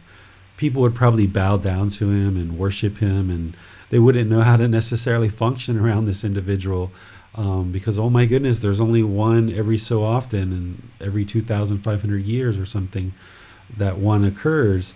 And in that way, then people would kind of be on their best behavior around this individual, and the person wouldn't really be able to see their student's true mind. So by a Buddha not being identifiable by any physical characteristics, they can pretty much operate without people knowing that they're a Buddha, and they can kind of skillfully help people along the path in very skillful ways. And one of the things that you might observe is that people need to come to this path on their own terms. They need to choose to progress on the path to enlightenment. You can't force somebody onto the path to enlightenment. They have to choose their way onto the path to enlightenment. But the reason why we don't see massive people moving towards the Buddhist teachings right now is because the teachings have pretty much disappeared and degraded, but also because people don't even realize that the Buddhist teachings are the solution to all of the discontentedness, because people are still treating it as a religion. They think that it's rites, rituals, ceremonies, and worship, and they've been doing those things for many centuries, and it's not working. It's not fixing the problem. So people start becoming disgruntled about even the Buddhist teachings, like thinking like, did this guy even live? Because what my grandfather, grandmother, my mother, father taught me, it isn't working, but yet we're supposed to be getting to enlightenment. and people start thinking that the teachings are no good, rather than realizing that they don't actually understand the true teachings, and what they're practicing isn't leading to enlightenment because they're not practicing the actual teachings of the Buddha. So once somebody realizes that the Buddhist teachings aren't rules, they're not a religion, they're guidance to help train the mind to get to this peaceful, calm, serene, and content mind with joy, and that these discontent feelings are optional, that you can eliminate them, and you understand that the solution to the problem of the discontent mind and the unenlightened mind are the Buddhist teachings, and you start seeing progress with those teachings, that's where you can become very inwardly motivated, because you're seeing the progress and you're building your confidence, like, wow, I can do this. That same situation that just occurred 3 months ago, I would have been so angry, but yet the mind is 100% peaceful. I can see the progress. And when you see that, then you know you're learning the truth, and you realize that, wow, these discontent feelings that I've lived with this whole life are 100% avoidable and be able to be eliminated from the mind. And when you see that truth more and more, then people will gravitate towards the teachings. The people that lived in the area of where the Buddha lived, that region of the world, and during the lifetime of the Buddha, they would have known very clearly what is enlightenment and what isn't enlightenment, because the Buddha will make that very clear in their teachings. But today, that has been lost. There's countless different definitions and understandings of what enlightenment is. People don't even agree on what enlightenment is. And the Buddha discussed this during his lifetime, that we would be at this point in history that people would be arguing and fighting over the teachings of what the true teachings are.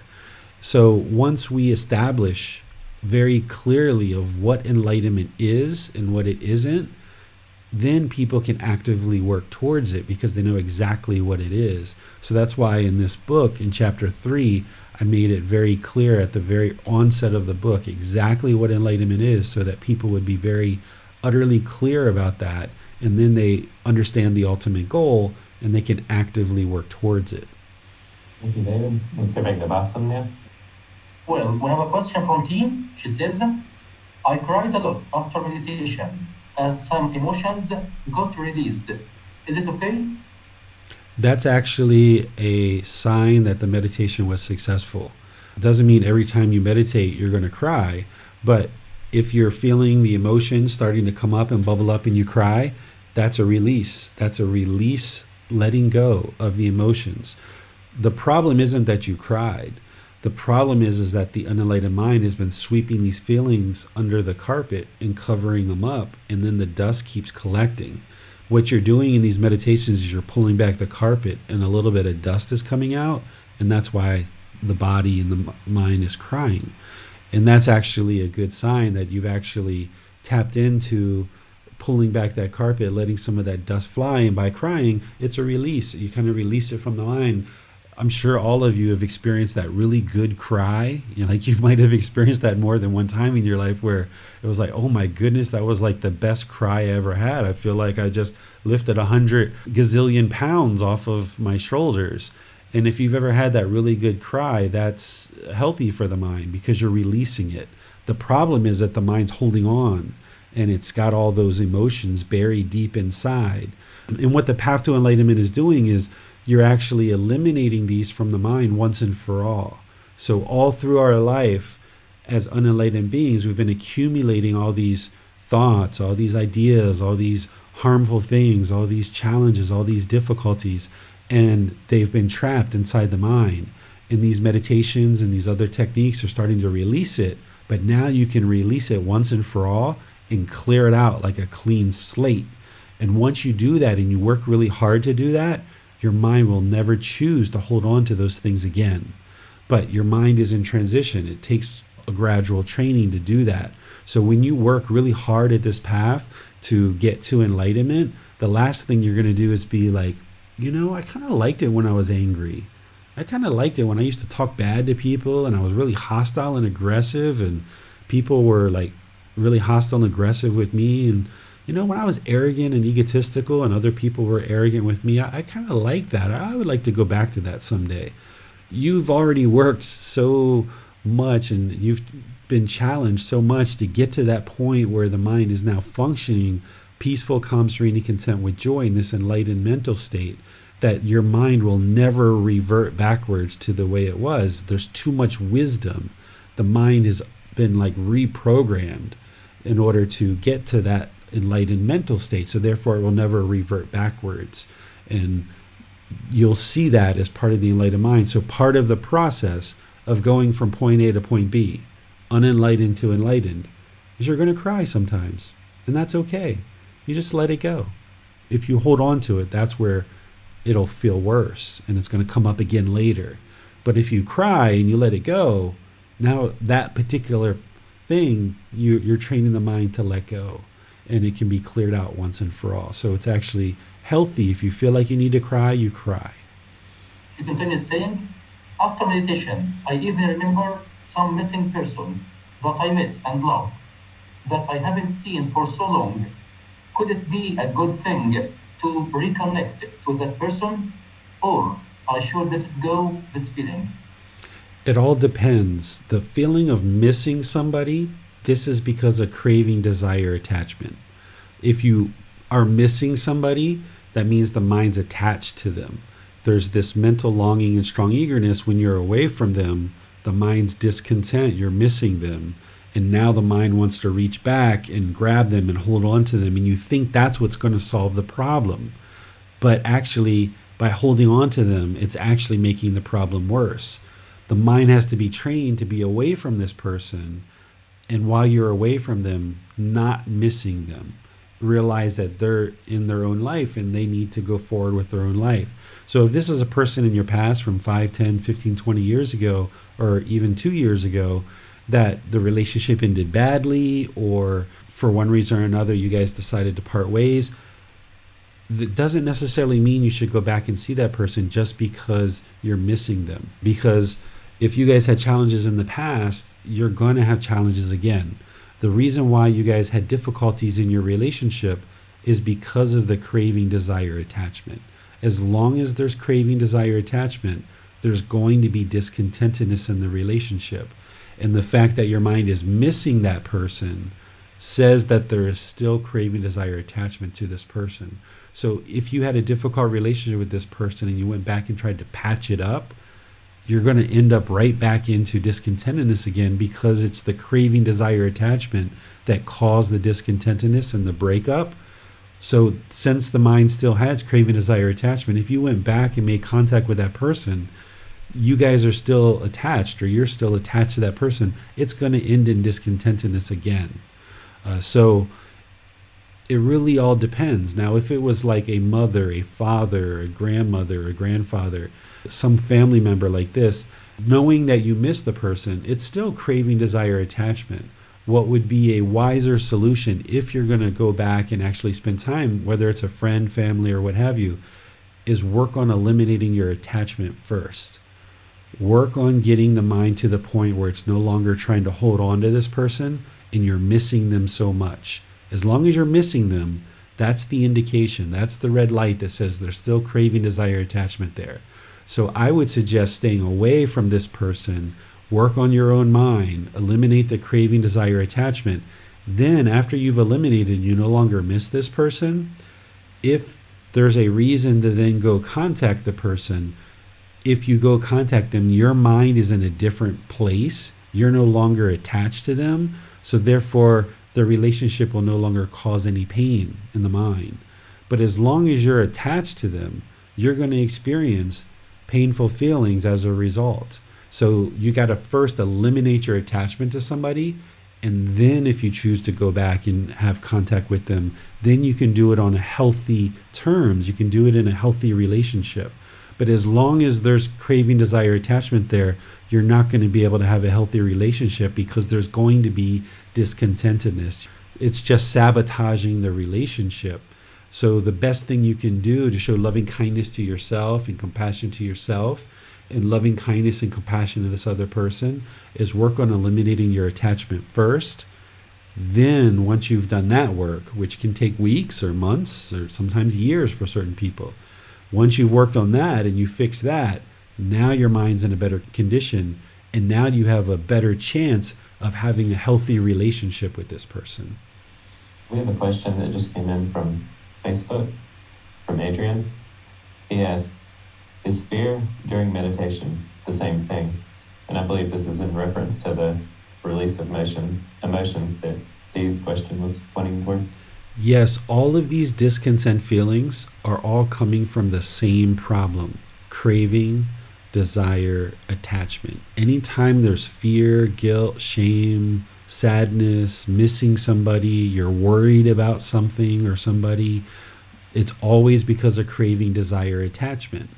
And the way to fix it is breathing mindfulness meditation.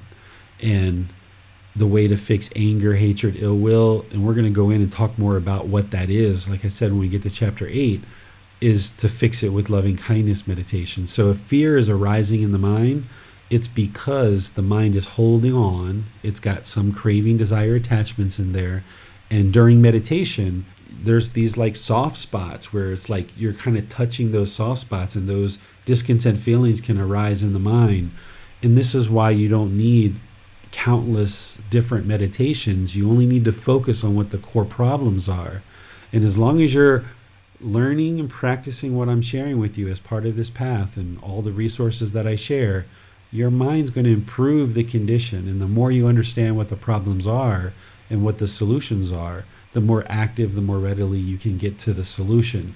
So in a situation where fear is arising in the mind, either in meditation or outside of meditation, you would like to apply right effort to cut it off and let it go. Cut it off and let it go. Cut it off and let it go every time it arises. And sometimes the way to cut things off and let it go is to redirect the mind. So if you're, say, sitting on a sofa and you're watching a TV program and fear arises in the mind because the TV program kind of taps into something that happened in the past, right effort would be potentially to change the channel or get up and go for a walk or go to the bathroom, get a glass of water, go do something else. That's right effort. There's this cutting off and letting go that you're trying to do in the mind, but sometimes it requires you to change activities in order to get the mind to release what it's holding on to. Sitting there continuing to watch the program and sitting on the sofa and being fearful isn't going to solve the problem. But when we cut it off, and keep letting it go in various different ways that you can be skillful with that, eventually the mind submits and it realizes that this fear is no longer a beneficial thing to have for the mind. And when we get to that chapter, which is around like chapter 17, when we get around that chapter, there's a chapter devoted to eliminating fears. There's specific things we do in order to eliminate fears. And when you start implementing these teachings that I share with you, you'll see that you can skillfully work with these arising discontentedness and you can eliminate them from the mind. But it's all coming from the same problem: craving, desire, attachment. We have a follow-up from Adrian. We have people who we cannot avoid. Can we eliminate the attachment while they're in our lives? You can do things like, for example, at one time I was attached to my son or my wife. You can do things where when you're actively working on it, you're softening up the mind with breathing mindfulness meditation and practicing generosity. My son went and stayed with friends for multiple days at a time. And my wife goes to America for 3 months at a time. And I would be home by myself while my son was away and my wife was away, and training the mind to be content while alone.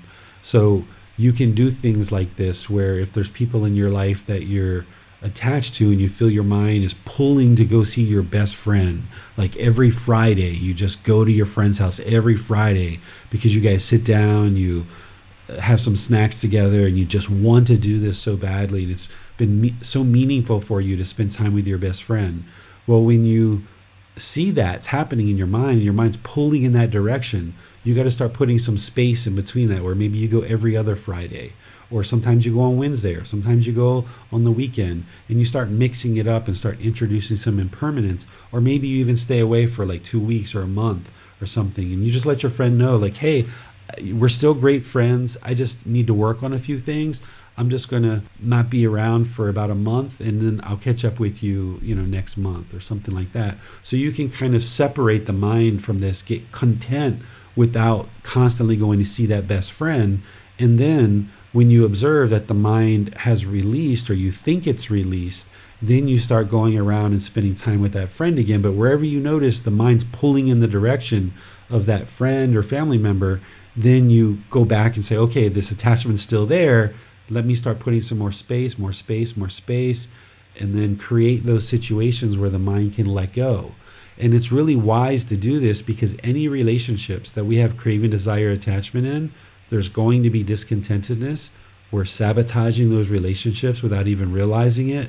We're crushing the relationship, and it's most likely going to end with discontentedness on one or both parties. So when you identify that you do have craving, desire, attachment to children, to life partners, to other family members, you should actively work to eliminate them. And that's the most loving and kind thing that you can be doing. And sometimes it means just creating a little bit of distance, or creating situations where if your child has never been to friends' houses for sleepovers and things like this, that you kind of find ways to do that. Or you maybe drop your child off at a caregiver's house, and you go away for a holiday for 2 days or 3 days, and you train your mind, even though you're missing them. Like as soon as you're pulling out of the parking lot, your mind's missing them, and you're just wishing, oh, did I make the right decision? I should go back and get them. You just know, I need to let that go. I need to let it go. And you just keep moving the mind in the opposite direction and train it to let go. It's when we have this craving, desire, attachment in relationships that we crush them and we sabotage them, and setting ourselves up to fail. So it's so wise to notice when your mind's attached to different people and train the mind to let it go. We have a follow-up from Adrian in regards to his previous question. Mm-hmm. So if the fear is related to meditation, cut it off and just meditate? Yes, you have to keep meditating, because you'll see when you read chapter 17, if you would like to go to chapter, I think it's 17, but you can look in the table of contents and see which one is discussing the elimination of fears. The way to eliminate a fear essentially is to confront it. So if the mind is fearful to meditate, then you just keep doing it and keep doing it and keep doing it. Or if you're afraid of heights, for example, you keep putting the mind in situations where it's up high. You go to different levels of buildings, you go up on ladders, you train the mind that there's nothing to be afraid of. Or if you're afraid of spiders or ants, you'd put the mind in situations where it comes in contact with ants, seeing it through pictures on the internet or magazines, or you go out into the natural environment and you see the ants, and you just put the mind in the situation where it constantly faces this and addresses this. We had a situation today where we were at a temple and there was a wasp nest, and my son noticed it, and he was hesitant to go and walk under the wasp nest. And I showed him and I said, okay, you're not doing anything harmful.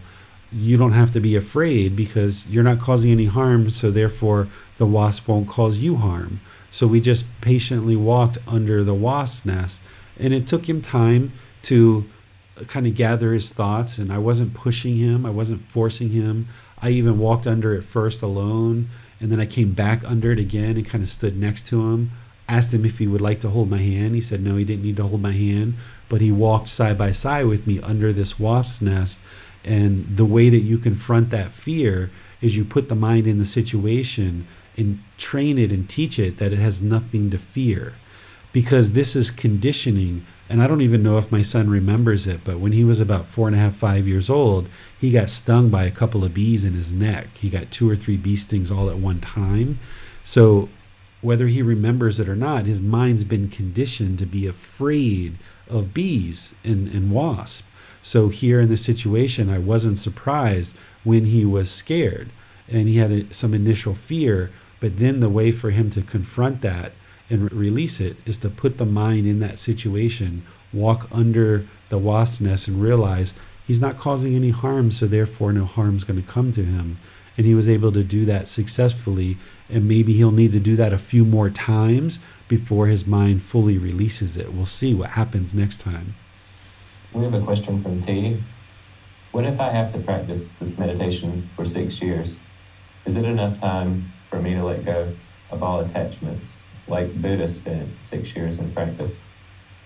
Every person will need whatever amount of time they need. There's no way to say right now that it's going to take you 2 years or 6 years or 10 years or 12 years. The more active you are in learning and practicing, the more progress that you'll make. If there's complacency, then you're not going to make the same amount of progress. But also, if you pursue it as a craving and a desire, that's going to be challenging as well. So we don't know. We can't tell you, and you can't figure out how long it's going to take you. It could be 6 years, it could be longer, it could be less.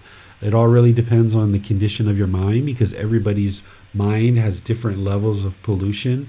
And it also comes down to your determination, your dedication, and your diligence to actively working on the path. But we know for sure, we don't know how long it's going to take, but we know for sure, if you do nothing, it's going to get worse. And we know that you're going to continue to suffer if you do nothing. So what a wise practitioner would do, in my view, realizing doing nothing isn't going to work, is, okay, let's do something and let's actively work towards this path. We don't know how long it's going to take, but we're going to actively do our best job in this life to get as close to enlightenment as possible. And you're a fairly young person. We don't know when we're going to die. We don't know how much longer we have in this earth, in this world. But if for some reason you don't attain enlightenment this life, your mind will experience a better condition this life through practicing this path. And if you don't attain enlightenment this life, you will be reborn in a better condition than you were in this life. So all the work and effort that you put in to learn and practice and improve the condition of your mind in this life, it's going to benefit you in this life, and it's going to benefit you in future lives as well. Thank you, David. Those are all the questions we have for today. All right. Well, I'd like to once again thank every single one of you, whether you're in the live class on Facebook, YouTube, Zoom, or anywhere else that we're broadcasting to, whether you're listening to this on the podcast or the replay and YouTube or anywhere else. However you're choosing to learn and practice these teachings, this is the very best thing that you could ever do for yourself, those close to you, and all of humanity. So I have much gratitude, much appreciation, and much respect for anyone who chooses to learn and practice these teachings, because you're improving your life, you're improving the life of the people around you, and you're improving the world through you learning and practicing these teachings. So thank you so much. Have a lovely rest of your day. Sawadee ka. Thank you for listening to this podcast. To provide support for this podcast, visit patreon.com/support Buddha. To access more teachings, visit buddhadailywisdom.com. There, you will discover a full range of courses, retreats, and online resources to assist you on the path to enlightenment. Remember to establish a daily, consistent meditation practice, along with learning and practicing these teachings. A well-developed meditation practice is the foundation in which to train the mind to attain enlightenment.